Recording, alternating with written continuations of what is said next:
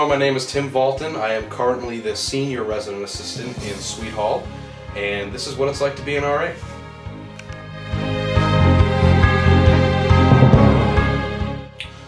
So 4 years ago, I had to apply to be an RA. The first part of being an RA is going through something called group process.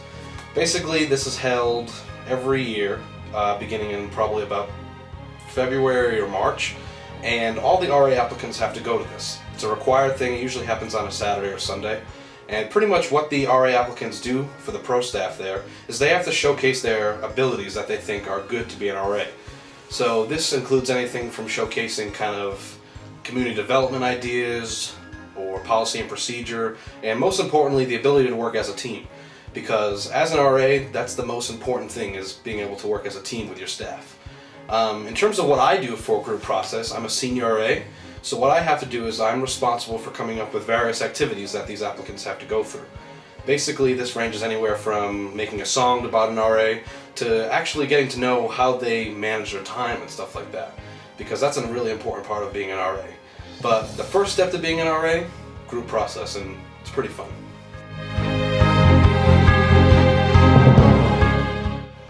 So I can remember sitting in my aunt's apartment and getting an email from the former hall director of Sweet Hall, Von DeBarrow, saying that I was selected to become an RA.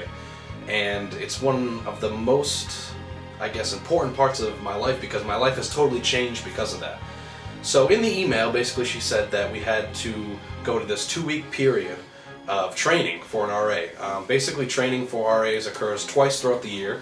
Once during the August month, so that's a 2-week full training, and then again as a refresher course throughout January. Basically, topics in this training cover anything from community development, event planning, policy and procedure, advertisement. Basically everything that you need to know to be an RA, we learn from pro staff and other RAs throughout this training process. It's a really tedious process. Basically, throughout the entire training, we're prepping the building for opening. So this includes anything from writing down RCRs to coming up with a building theme, and really just making sure the residents know that what the policies and procedures are. That way they can follow them throughout the year. But basically, training is a period where the RA staff really tends to bond as a whole. We get to hang out with all 26 other RAs on staff, as well as the 6 other HDs, and it's something that I look forward to every year.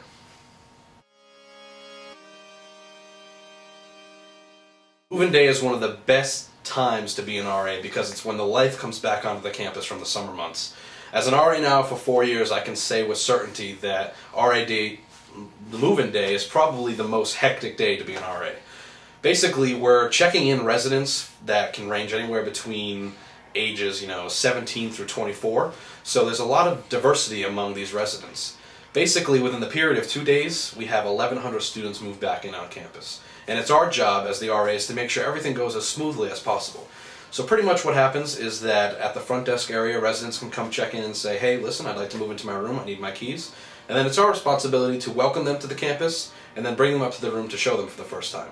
To see their faces for the first time, to see their rooms, sometimes they're a little disappointed because of the size, but mostly they're excited to be back, and it's a really good time to be an RA.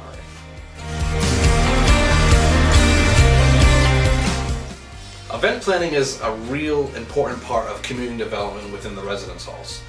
RAs at RIC are required to put on 4 events per semester. These events have to have a certain type of focus, and the 4 different focuses are community development, which ranges anywhere between having like a movie night or doing like a fruit shake kind of night. Personal development, so things that residents can learn stuff from, so like a sex bingo kind of thing. The next one is outreach attendance, so this means that we have to bring residents to an event on campus. So something that RAs have done in the past is bringing them to a RIC main stage theater event. And then finally, the last one, and sometimes the most forgotten one, is community service. So it's our job as RAs to plan events that promote service within our halls. Since I'm a senior RA, I have the added responsibility of basically supervising my RAs in my building in terms of making sure that their event planners are on time, giving them ideas, as well as advertisement ideas.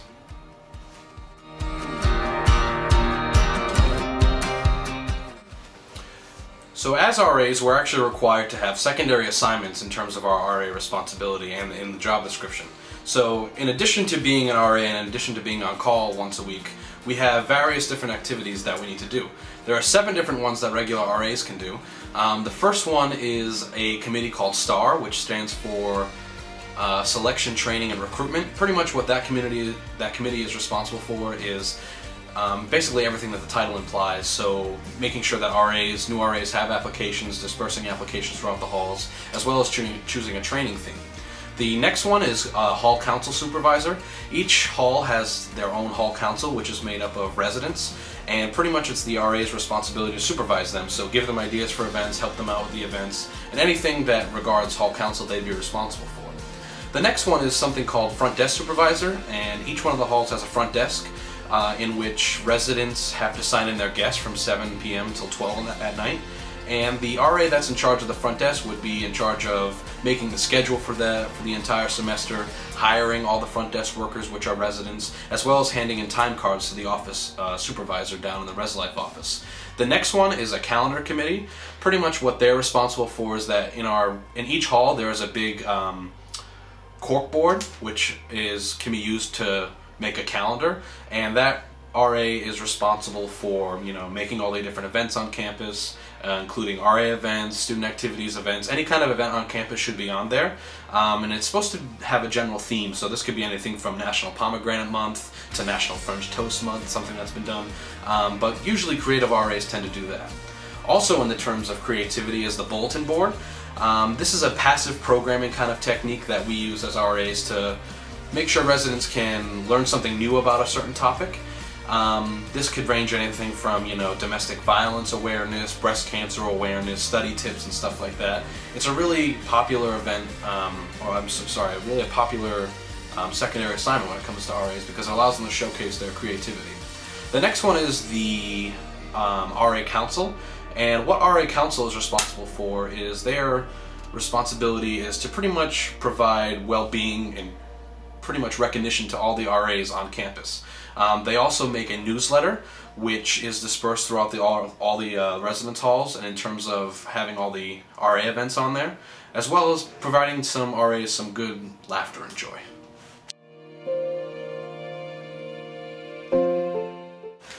So each RA is usually on call anywhere between 1 to 3 nights a week. Pretty much you have one day through Sunday through Wednesday, which is your day for the entire semester. So for example, my day is Tuesday, so every Tuesday I'm on call. But of course, the busiest days on campus are actually Thursdays, so the Thursday schedule, in order to be fair for all the RAs, is rotated. So pretty much every 4th Thursday you're usually on call. And then the other thing that's rotated is the weekend. Because this is primarily a commuter college, we have tended to find that the weekends are a little slower, but the residents who do live here on the weekends actually tend to be the most active residents in terms of making sure that the policies are being followed and stuff like that. But normal duty responsibilities, you check in at 7 p.m. using the duty phone right here, and it's pretty much your responsibility to make sure that the residents are safe when you're on call.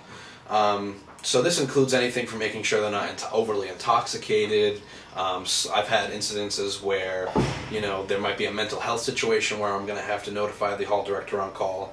But pretty much it's not up to me whether or not residents get transported due to mental health reasons or intoxication.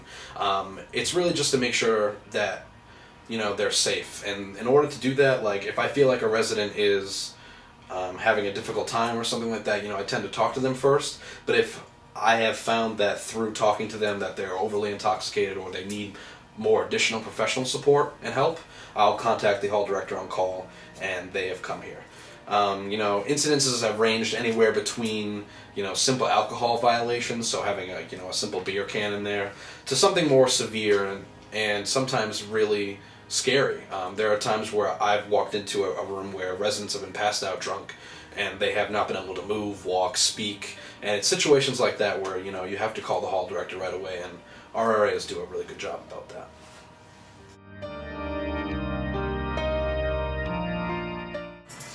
So when I'm on duty, pretty much all I do is that I walk the hallway right here. So if you look right down here, pretty much on this floor there are about 55 different residents.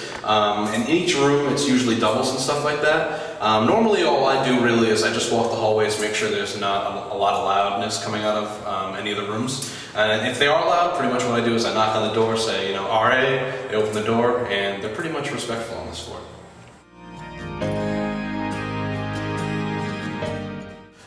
So in terms of policy violations that I tend to find when I'm on call, you know, the most common one is probably alcohol. It is a dry campus, so we do have to enforce policies in terms of that.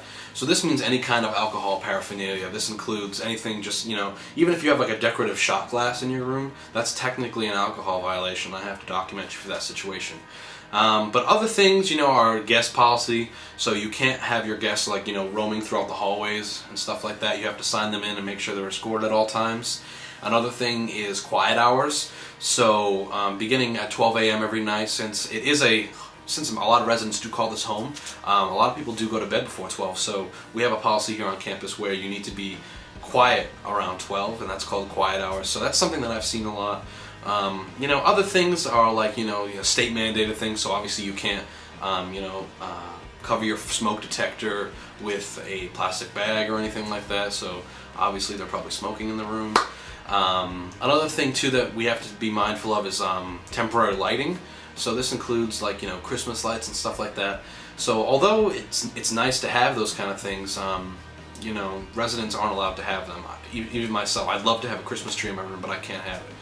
And the RAs really don't necessarily try to look for things. It's more of when you're on your own, you notice that you have to document it. And it's something that a lot of new RAs struggle with, and in terms of documenting situations and writing incident reports. It's something that comes with practice, and you just have to be mindful to, you know, tell your residents that, you know, that you're not trying to get them in trouble, that you're just documenting the trouble that they did. But after that, pretty much what happens is they meet with the hall director, like I mentioned before, and, you know, they're processed judicially from there.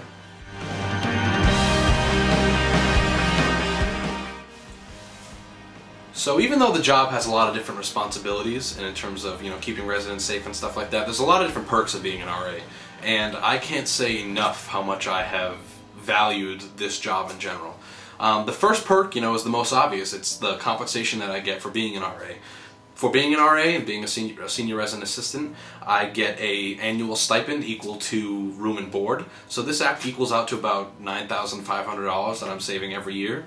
So over the course of my entire RA job, I've probably saved close to $36,000 just because I was an RA. And yes, that means I have a lot of sleepless nights and stuff like that, but I'm also not paying $36,000 in loans later on. We also get an annual stipend around Christmas time. It's a nice little Christmas gift. This year, since I'm a senior RA, I get $150 and normal RAs get $100. But in addition to financial perks of being an RA, really you get the benefit of being on campus as you are an RA.